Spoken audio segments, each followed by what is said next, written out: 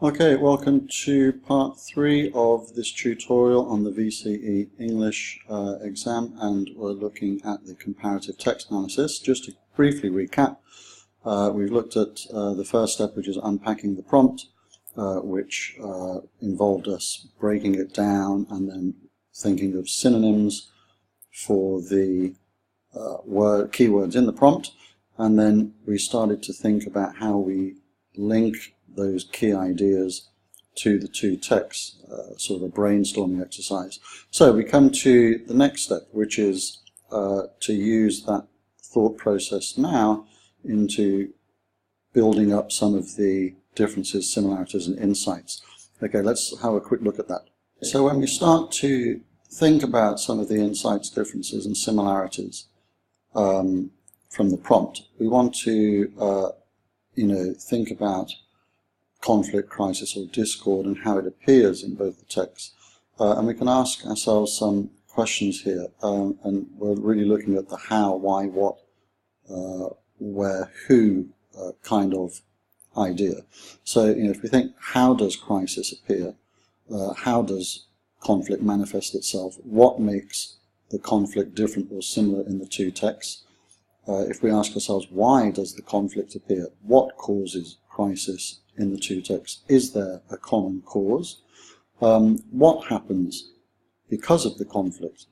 What are the consequences of that conflict? So extending the idea, that's where it becomes demonstrated, as in the prompt. Is it the same result in both the texts? And then finally we can ask ourselves, who's involved in this conflict? Why are they involved? And how do they respond to the conflict? So we're really sort of asking ourselves some questions based around the key ideas of the prompt.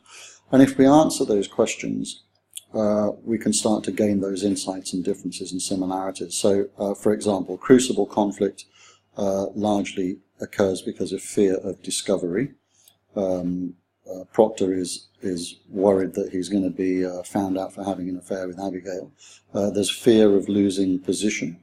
For example, Paris is scared of losing his position in the ministry, and fear of being accused. More and more of the society in Salem become scared of being accused of witchcraft.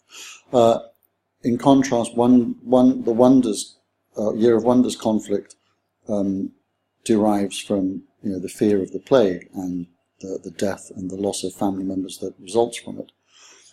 If we ask what's the result of the conflict, the crucible conflict causes accusations to be made, blame to be made, and that ultimately leads to society becoming more and more isolated or fractured or divided as everyone starts to blame each other in the hysteria. In contrast, the Wonders conflict creates more of a sort of courage and united community as they rise to face the crisis together, largely. In terms of who and why are they involved and how do they respond, the crucible conflict facilitates individuals to either seek revenge or seek opportunity, how to profit or gain land, for example, acting selfishly. So Abigail's trying to get John Proctor for herself, whereas the Year of Wonders facilitates individuals to act more selfishly to save themselves in some cases, escaping from the society to save themselves while leaving others behind that they're in charge of to suffer the consequences. And then there's also this idea of acts of bravery and selflessness in the crucible, for John Proctor to stand up and risk his life to keep his reputation, whereas the Year of Wonders conflict encourages acts of compassion and heroics. So they were sort of answering the questions that we've asked based on the key words that we've unpacked from the prompt.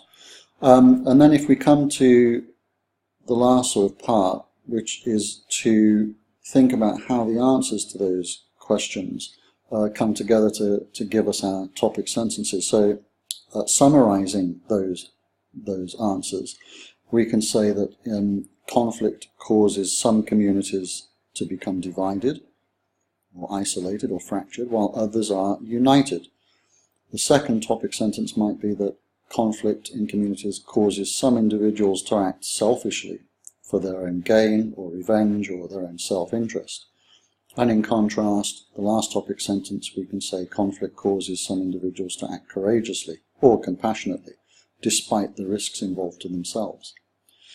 Okay, so that is the thought process. Obviously, doing it in longhand like this and writing it out takes quite a lot of time, but this is more a method to prompt you how the thought process works to derive the topic sentences. Once you've got the topic sentences, then it's about using the evidence to support those topic sentences. Okay, so let's do another example from the other prompt that we had.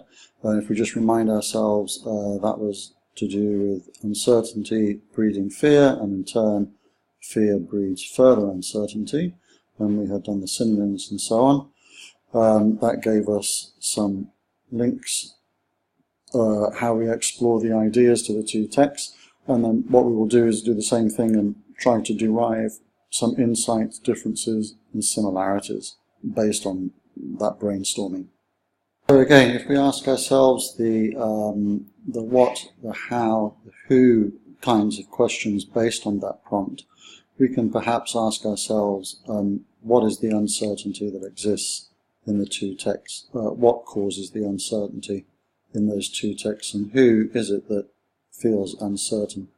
We can perhaps ask ourselves, how does fear then result from that uncertainty? Fear of what exactly occurring?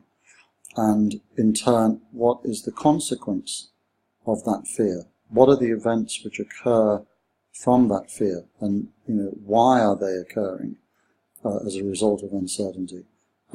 Turning to who, we can ask, who's fearful? Why are they fearful? And then in turn, how do they respond to that fear? And then lastly, we come back to the circular argument, which is, how does that fear create more uncertainty? How is that further fear manifested? And how do events escalate from there? And if we try and answer some of those questions when we have this prompt in our minds, we can begin to get some answers which then brainstorm us towards the topic sentences. So, for example, in the Crucible, it's uncertainty of the witch hunts and the threat to Puritan values under their suppressed society, which causes the uncertainty. The individuals which perhaps question how the ministry is governing society. In Year of Wonders, it's uncertainty of the plague, which is threatening everybody in the community. And in turn, the fear that arises in the Crucible is the fear of accusation or persecution, which creates a sort of mob mentality within the hysteria of the witch hunt.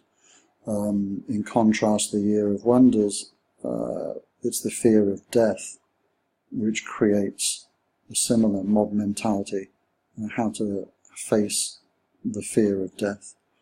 And then in turn, if we ask sort of like, who's fearful, how do they respond? Some individuals use fear and the vulnerable people to gain power or gain revenge, or pursue their own self-agenda. In other words, they lose some of their moral code, the integrity of the decisions that they're making.